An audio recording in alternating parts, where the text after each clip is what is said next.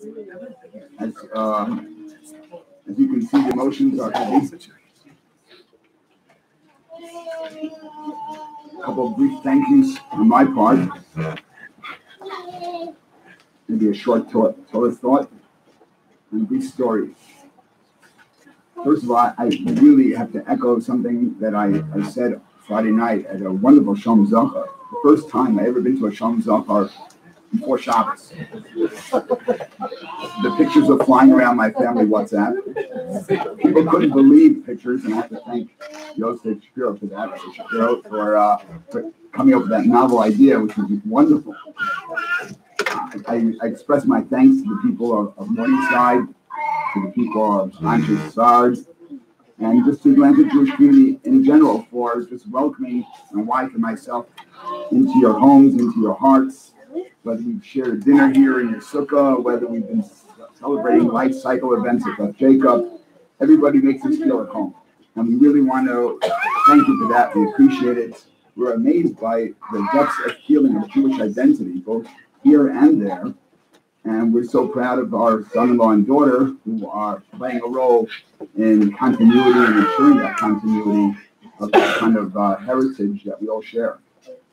I also want to recognize Rabbi Pransky, and he's one of the heads of the Atlanta Scholars Kollel, known by its acronym ASK, which is something they always encourage, ask away.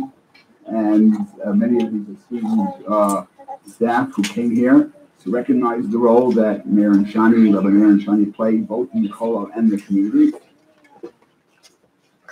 They saw Morningside as a wonderful opportunity to branch out, to encourage that feeling of connection to the heritage by investing in Morningside and particularly in Anshe Sard, sponsoring the rabbinical position here.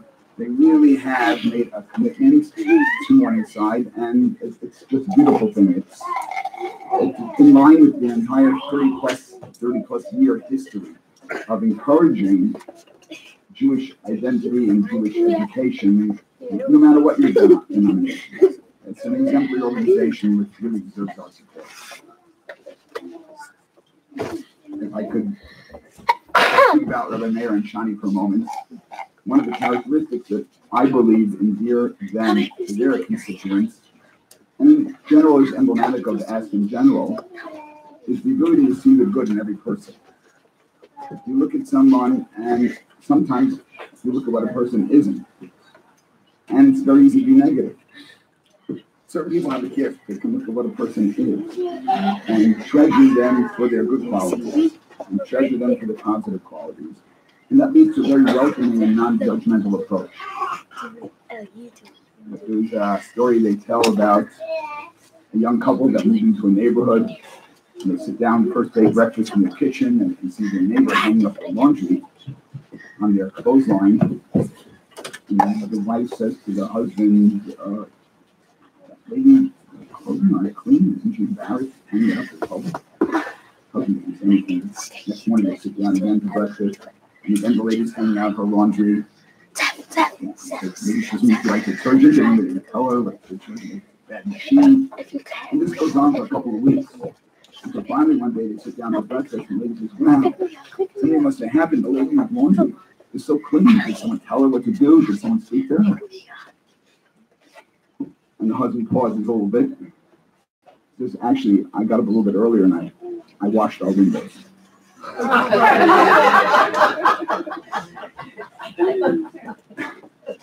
It's easy to be negative. It takes a certain gift to be positive. And I think that ASK in general and Meir and Shani have that gift. I want to share, it's customary to have a short Torah thought, and I want to kind of latch on a little bit to what Rabbi Asa was saying. We're about to celebrate Pesach, the time of redemption. And when Hashem was going around the killing of the firstborn Egyptians, what was the merit that saved the Jews? They weren't on such a high level. We're taught that they were on a very low level, as a matter of fact. What was the merit? So there were two commands Hashem gave them.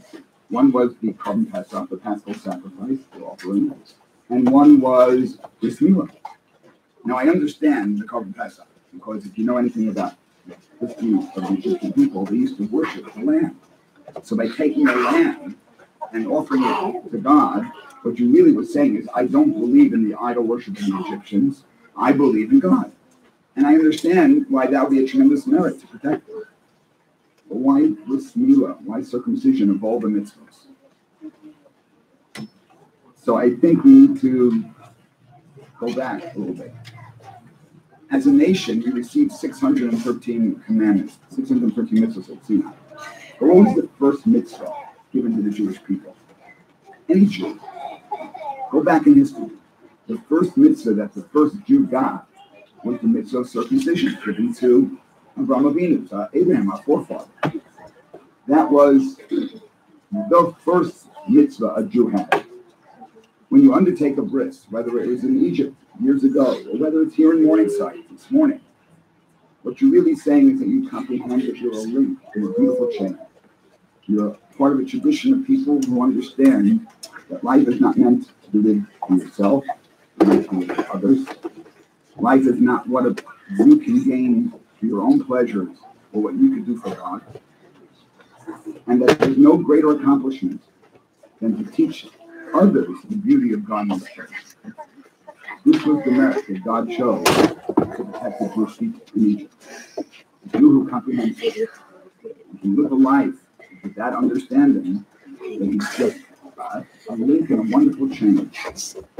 That life is truly worth saving, and that's why God chose that. If I can be permitted a drush, a little Hasidic Torah. Okay. Every letter in Hebrew has a numerical equivalent. The number value of the word bris is 612.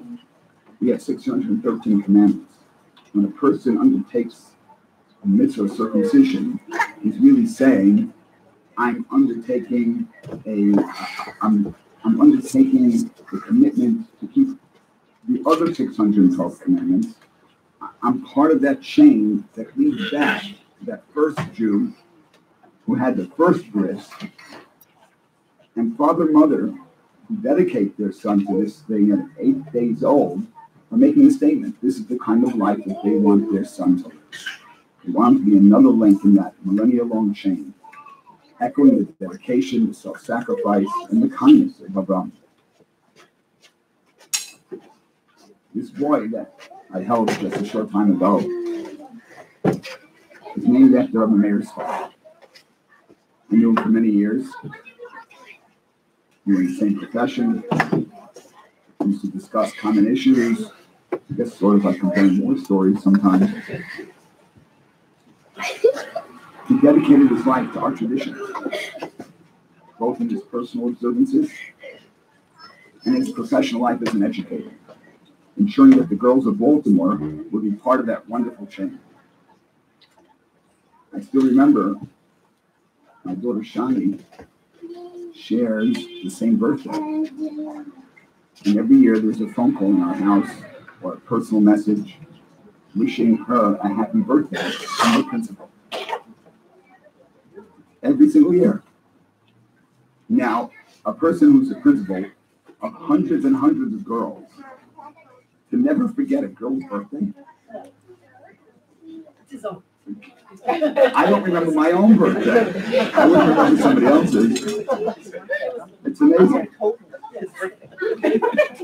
He was someone who always looked for the positive in people. He always tried to find their strengths. And that's really what this message of Bris Milah is about. And this is what endears our mayor and Shani to their community.